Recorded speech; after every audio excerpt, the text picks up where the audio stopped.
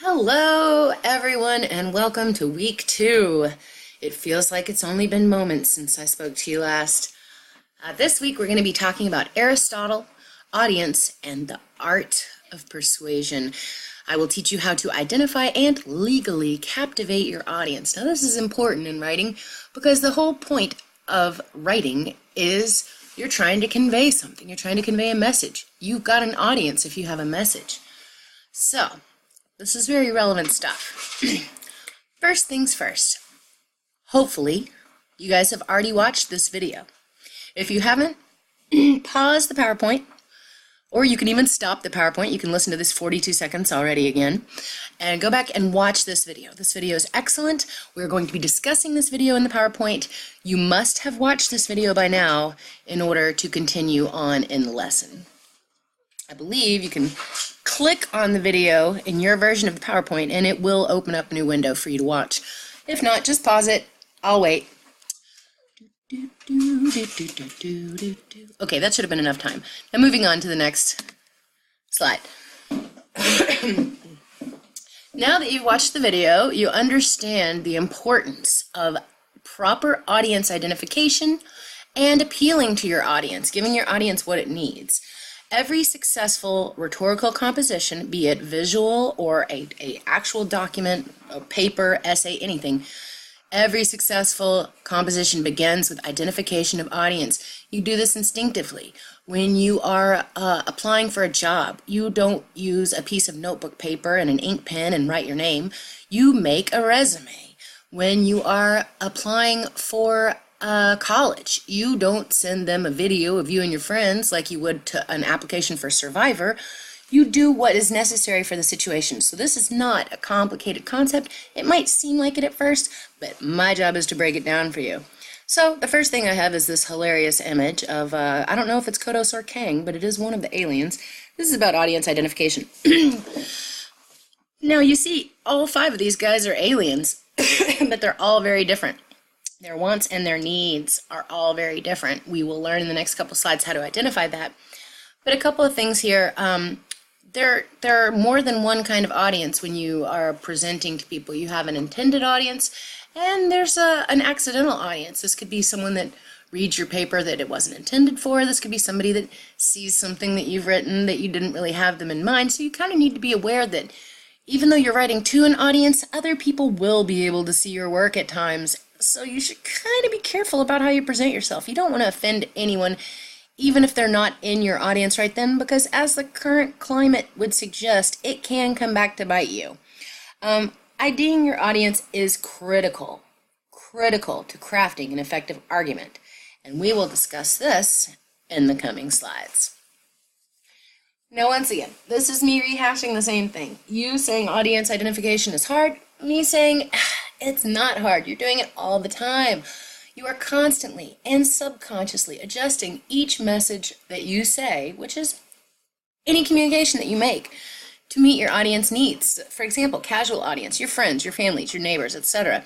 You are not going to be formal when you are discussing things with them. You don't go over to your mother and on Thanksgiving and talk to them about, I don't know, the price of apples in the form of an argumentative essay or a persuasive essay. You're just going to talk to them like they're your friends and family. The same thing goes for professional audiences and academic audiences. Each audience requires different things from you. And as a writer, as a composer, you need to think about what they need from you. And I don't mean they need the paper to be 500 pages long. They need things like clear, concise structure. They need a legible font. They need the document to be presented to them in a way that makes it the most readable. And that's something that we're going to keep coming back to. So keep that word in mind, readable. Now, getting to know your audience. I've got a couple things to talk about in this slide. For example, audiences are not one thing. You can be writing to a professor. You can be saying a speech to a group of people. Let's say I'm speaking to a group of Pokemon, and I want to address their individual needs. Well, I know that they're all Pokemon, But look at these Pokemon. You've got a water type, you've got a plant type, you've got a fire type. They eat different things, they live in different places. What we need to do is find the common denominator between the three of them. What do they all have in common? What can we appeal to? This is the most efficient way to make an argument. Look for the common denominators. Well, these guys are all Pokemon. So I need to make an argument that is going to appeal to the Pokemon population at large. When you're thinking about what your audience cares about and what they value, you need to determine what's a need versus a want. A need is something that is crucial for you to get the message across. A want is something that makes it a more palatable argument for them. For example, they might want you to have a lot of visuals, but they might need you to address certain topics for them to believe you. I do like my metaphor, although I jumped right over it. Exactly how many audiences are in there? And I see an audience as a clown car filled with sacks of nesting dolls. Inside each nesting doll is another nesting doll, and even though they're all kind of similar, they're all different. And a clown car, you know how many sacks of nesting dolls you can stuff in there, so they're just going to keep coming out. So you really need to break your audience down as small as possible so you can figure out what these common denominators are. You need to figure out how the wants and needs relate to your message. What is it that you're trying to say, and how can you change your message, just tweak it ever so slightly to push it into the audience's lap, to make them want to receive it from you? How can you adjust your message without compromising the integrity of the message, without changing the message entirely? That is a mark of a good writer. Now let's talk about it. Let's talk about persuading people. I couldn't help myself, and I had to identify Aristotle as a master debater of ancient Greece. And if you know anything about Aristotle, you know that this guy, he's the king, he's the godfather. He came up with the book called Rhetoric. So he literally wrote the book on rhetorics. In his book, he defines a speech, or in our case, a document, a letter, an essay. It consists of three things: the speaker, or you, the writer, the subject that is treated in the speech or in the paper, and the listener to whom the speech is addressed. In most cases in school, it's going to be your professor or possibly your peers.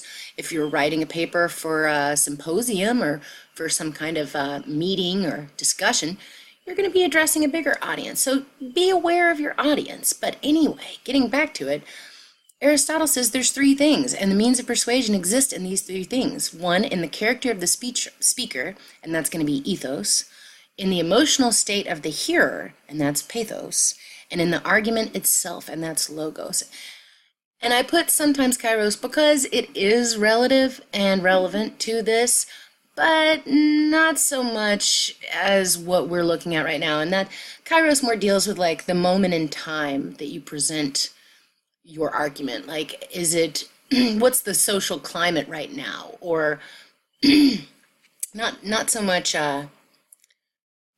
anything that we can really address here in the limited time that we have. But that's why I threw sometimes kairos down there, because it does exist and it is related, but it's a little bit too deep for what we're doing right now. So moving on. Now, I'd always been presented this concept in a triangle. And it was confusing for me because I thought, okay, well, we're approaching the same triangle from three different points. We're coming at it from the logical point. We're coming at it from the emotional point. We're coming at it from a credibility standpoint. But that's not actually how it works. But it's actually not about coming at it from different angles, but rather overlapping the different approaches to create a perfectly formed message in the center. You have just the right amount of ethos, just the right amount of pathos, and just the right amount of logos all converging together here. That's what you want to hit. That's the perfect argument. But the only way to know the parameters of this is to know your audience, because we're trying to figure out where your audience exists inside of this. They might be a little bit further over here, heavy on the logic side. They might be a little bit further over here, heavy on the credibility side. They might prefer an emotional appeal. But at any rate, we need to find where the boundaries are of this perfect argument and somehow craft our thing to fit right in there. Now for this slide, I created this hilarious cartoon. Just a little pointer for you guys. Nobody really cares about what you dreamt about last night. You can just save your breath. It's real sweet that people think other people want to know what they dreamt about, but it's totally fictitious. Who cares? No relevance to real life. Anyway, tips to legally captivate your audience. You don't want to imprison them. That's a crime. That's a felony. But a way to captivate your audience and keep them paying attention, listening from the beginning of your argument to the end of your argument or your message or your essay, whatever, is through correct and thorough identification. This is what we've already talked about. Figure out what it is they want to hear. Figure out what it is they need from you to receive this message. What are their biases? What are their values? What do they think is important? Are they environmentalists? Are they coal people? It's really easy to divide people into small categories if you think about what it is that they are interested in. You can figure out how to convey your message to them best. You need to adjust your message to reflect what they need. And this is mode surfing. And that's what we're talking about with the circles. Go a little bit more towards the emotional plea if that's what they need. Go a little bit more towards the intellectual plea if that's what they need. If they need more credibility, yeah, it's kind of hard for you to develop credibility, except through thoroughly researching your topic and showing your research through your words, showing that you have totally researched this, you've read everything that there is, you know what you're talking about. If you can do that, then you can increase your credibility during your argument. Contact with your audience by showing the relevance of your message to their human experience. You have to touch them in order for them to really care. You have to make it affect them. That's why it's so important to identify your audience, to figure out what it is, what do they need. Now, I hate to tell you, but you are all participants in my rhetorical experiment. What am I talking about? Well, I've never taught before, and I needed to know how to touch my readers, to touch my viewers, and the way that, and I don't mean in a, perverted way, I just mean to contact you, to get in where you're going to listen to me. So what did I do? I got online. I looked up the top 10 things that college students said they want and need from their instructors. Now, how did I come to the conclusion that you're all college students? Well, for one, you're signed up for this class. And for two, talking about nesting dolls in a clown car, you guys could be girls, boys, black, white, Mexican. You could be conservative. You could be liberal.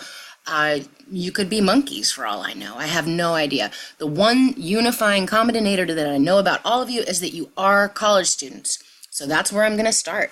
So I went through this list, ticked it off. Be slow in your teaching. So I broke down my lessons. Be more understanding. I try to be as understanding as I possibly can. Very flexible with due dates. Be more approachable. You guys can contact me whenever you want. I say that multiple times throughout the course materials. Use more mediums to teach. I'm trying with videos. I'm trying to be hands-on and creative. Anyway, as you can see, I ticked down through this list and I tried to fulfill these desires that were stated by college students such as yourself so that I could reach my audience better. Here's a little quote from me. I try to make sure I'm available to meet with my students as often as is humanly possible. That's me addressing the need for you guys being able to be accessible, having me accessible to you. I've identified you as young, educated Americans. You're receptive to instruction. I've opened up this nesting doll for further subgroup ID, males, females, conservatives, liberals. So what I'm going to do with that information is to not say anything that's going to offend you guys. I'm going to really try, even though I don't know specifics about you, I'm definitely going to try to make my message one that you're going to be receptive to. And since I don't know these details about you, I'm not going to do anything to exclude you. That's one way of addressing your audience. I'm going to research, I'm going to assess, and I'm going to implement all these things from this Engage Top 10. I'm going to incorporate these modern pop culture references. You guys might not think they're so modern because I'm in my late 30s, wink, wink, so I might be a little bit dated. But I try to make it a little bit young instead of it just being this staid, boring academic content. Remember, maximum audience engagement is the primary focus of all of my content. I am trying to get you all paying attention to this. So I'm trying to be as general about stuff as I possibly can while being specific at the same time. I know that sounds contradictory, but that's what it is. So that's it. Week 2. Your assignments this week was to watch this video. Well done. Was to watch the other video, Josh Bell. He's a brilliant, brilliant violinist. You need to do these readings. Logos, Ethos, Pathos, and sometimes Kairos. This is a handout from another writing center. I wrote this one. I'm a Fake Name Has Bills to Pay. This just kind of walks you through it a little bit more generally speaking. Your blog post is due by Wednesday at 11:59 p.m. Please make sure to get it in by then so that your classmates have time to read and comment on it by Friday at 11:59. Thanks again, and I'll see you guys next week.